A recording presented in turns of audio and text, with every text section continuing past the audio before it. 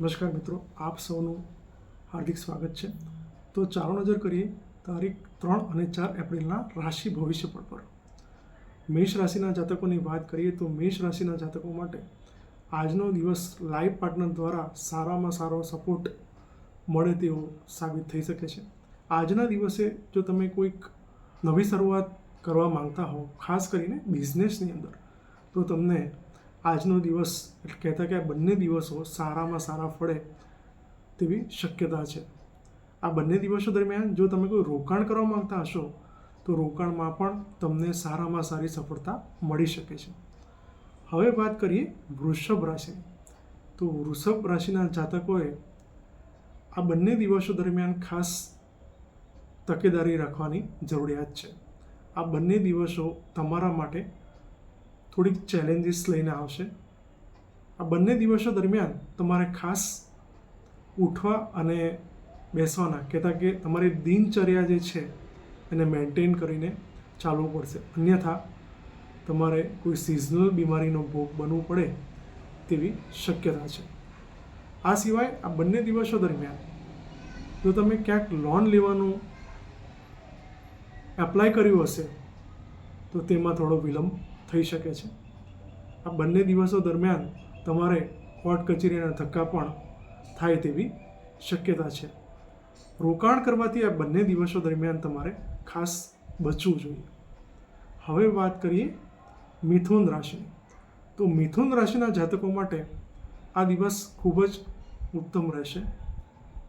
આ બંને દિવસો દરમિયાન ખાસ જો તમે લવ ઇન રિલેશનશિપમાં હશો તો તમને તમારા પ્રેમી તરફથી સારામાં સારો સપોર્ટ મળી રહેશે। આ સિવાય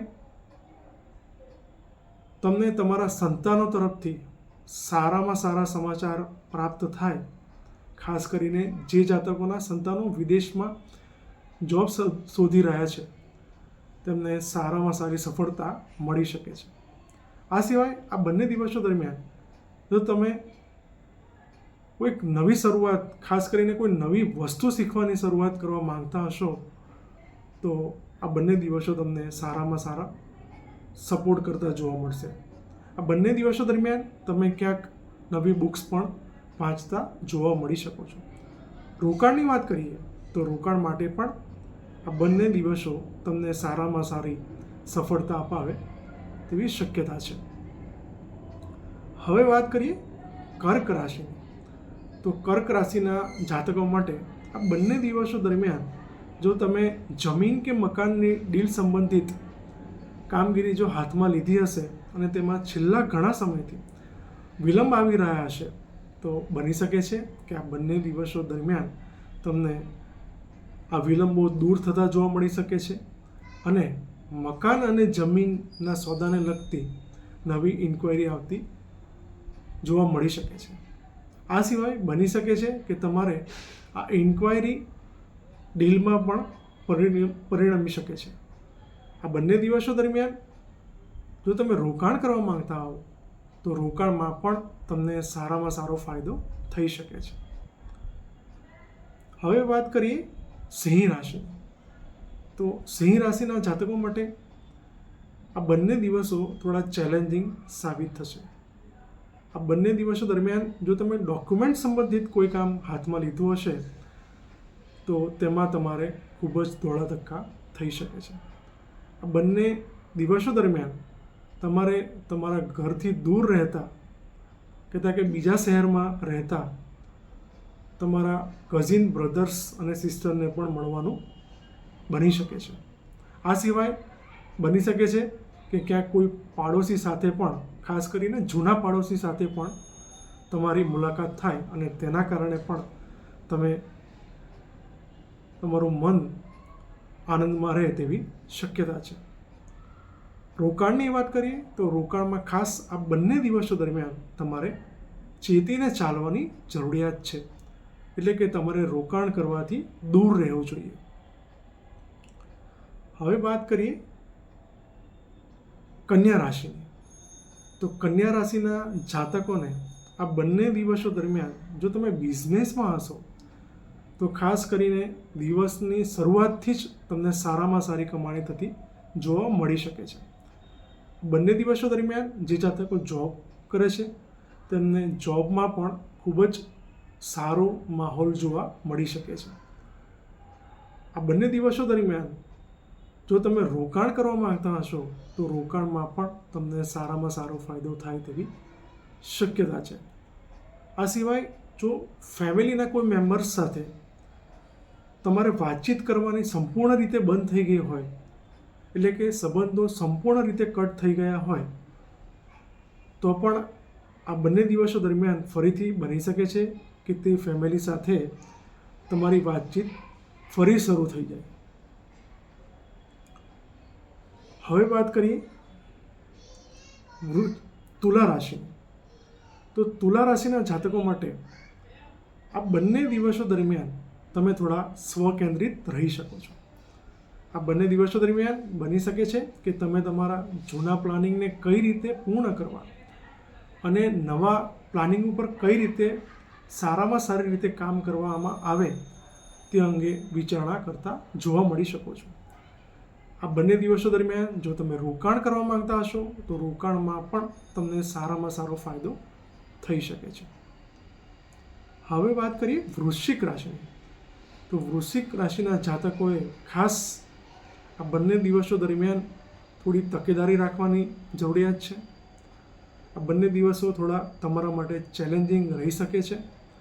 આ બંને દિવસો દરમિયાન તમારે હોસ્પિટલ સંબંધિત દોડા ધક્કા અને ખર્ચ થાય તેવી શક્યતા છે. આ સિવાય જો તમે કામ, ખાસ કરીને વિદેશનું કોઈ કામ તમે જાતે કરતા હશો અથવા તો કોઈ એજન્ટને સોંપ્યું હશે તો તેમાં અચાનક કોઈ ફી વધારાને કારણે આ કામમાં તમારું જે બજેટ છે એ ખોરવાતું જતું જોવા મળી શકે છે. આ બંને દિવસો દરમિયાન એવું પણ બની શકે છે કે ક્યાંક તમે શોપિંગ માટે જાઓ અને આ શોપિંગ માટે વધુ ખર્ચ કરી બેસવાને કારણે તમારું બજેટ સંપૂર્ણ રીતે ખોરવાઈ જાય અને તમે નાણાકીય તંગી અનુભવી શકો છો. રોકાણની વાત કરીએ તો રોકાણ કરવાથી આ બંને દિવસો દરમિયાન તમારે ખાસ દૂર રહેવું જોઈએ. હવે વાત કરીએ ધન રાશિની. તો ધન રાશિના જાતકો માટે આ બંને દિવસો તમને મિત્રો તરફથી ફાયદો કરી જનારા રહેશે. આ સિવાય જે લોકો તમારી સાથે સોશિયલ મીડિયાના માધ્યમથી કનેક્ટ છે તેઓ પણ આ બંને દિવસો દરમિયાન તમને તમારા નોકરી ધંધામાં ફાયદો કરાવી શકે છે. આ બંને દિવસો દરમિયાન જો તમે રોકાણ કરવા માંગતા હશો તો રોકાણમાં પણ તમને સારામાં સારો ફાયદો થઈ શકે છે. મકર રાશિની વાત કરીએ તો મકર રાશિના જાતકો માટે આ બંને દિવસો દરમિયાન ખાસ તમને સહકર્મચારીઓનો સારામાં સારો સપોર્ટ જોવા મળી શકે છે. જે સહકર્મચારીઓ અગાઉ તમારી સાથે નાની નાની વાતમાં પોલિટિક્સ કરતા હતા તેમના વર્તનમાં અચાનક જ સુધારો તમે જોઈ શકશો. આ સિવાય તમારા કામની પ્રશંસા તમારા બોસ દ્વારા પણ કરવામાં આવે તેવું બને તેવી શક્યતા છે. આ બંને દિવસો દરમિયાન તમારા કામની ઓફિસમાં સારામાં સારી રીતે નોંધ લેવામાં આવી શકે છે. જો તમે જોબ સિવાય બિઝનેસના કામમાં હશો તો પણ તમારી જે પ્રોડક્ટ્સ હશે તેની નોંધ કસ્ટમર દ્વારા વિશેષ રીતે લેવાતી જોવા મળી શકે છે.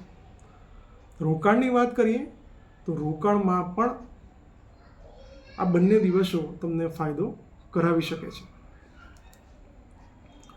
કુંભ રાશિની વાત કરીએ તો કુંભ રાશિના જાતકો માટે આ બંને દિવસો ખૂબ જ સરસ રીતે પસાર થતા જોવા મળશે.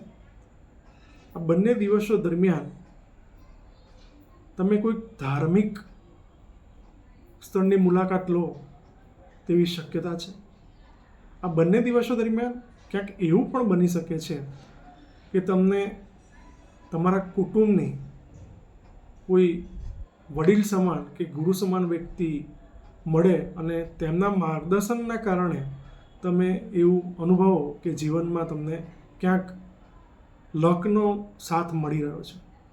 આ સિવાય આ બંને દિવસો દરમિયાન જો તમે ક્યાંક નાણાકીય તંગી અનુભવતા હશો તો બની શકે છે કે આ બંને દિવસો દરમિયાન તમને પિતા દ્વારા તેની અંદર સપોર્ટ કરવામાં આવે, મદદ કરવામાં આવે. આ બંને દિવસો દરમિયાન બની શકે છે કે તમે જે પણ રોકાણ કરો તેમાં તમને સારામાં સારો ફાયદો થાય. હવે વાત કરીએ મીન રાશિની.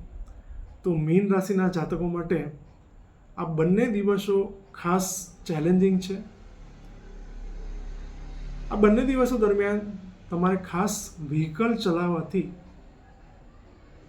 ધ્યાન રાખવું જોઈએ. એટલે વ્હીકલને બને એટલી ધીમી ગતિએ અને તકેદારીપૂર્વક ચલાવવું જોઈએ. આ બંને દિવસો દરમિયાન ક્યાંક જો તમે છેલ્લા ઘણા સમયથી કોઈ ડૉક્ટરની ટ્રીટમેન્ટ હેઠળ હો અને આળસના કારણે ડૉક્ટરની ટ્રીટમેન્ટ લેવાનું કે દવા લેવાનું ટાળતા હો તો ખાસ તમારે આ બંને દિવસો દરમિયાન ડૉક્ટરની એપોઇન્ટમેન્ટ લઈ અને ફરીથી ડૉક્ટરને બતાવવું જોઈએ, જેથી કરી અને રોગને આગળ વધતો અટકાવી શકાય. આ બંને દિવસો દરમિયાન તમારે ખાસ રોકાણ કરવાથી બચવું જોઈએ. આ બંને દિવસો દરમિયાન તમે કરેલું રોકાણ તમને નિષ્ફળતા અપાવી શકે છે. હવે વાત કરીએ કઈ રાશિ માટે રોકાણ કેવું રહેશે તે અંગે. તો વૃષભ રાશિ, મીન રાશિ અને વૃશ્ચિક રાશિ, આ ત્રણેય રાશિના જાતકોએ ખાસ રોકાણ કરવાથી બચવું જોઈએ. જ્યારે તુલા રાશિ, મિથુન રાશિ અને કુંભ રાશિ, આ ત્રણ રાશિના જાતકોને તેમણે કરેલું રોકાણ ફાયદો કરાવી શકે તેવી શક્યતા છે. ઓમ નમઃ શિવાય.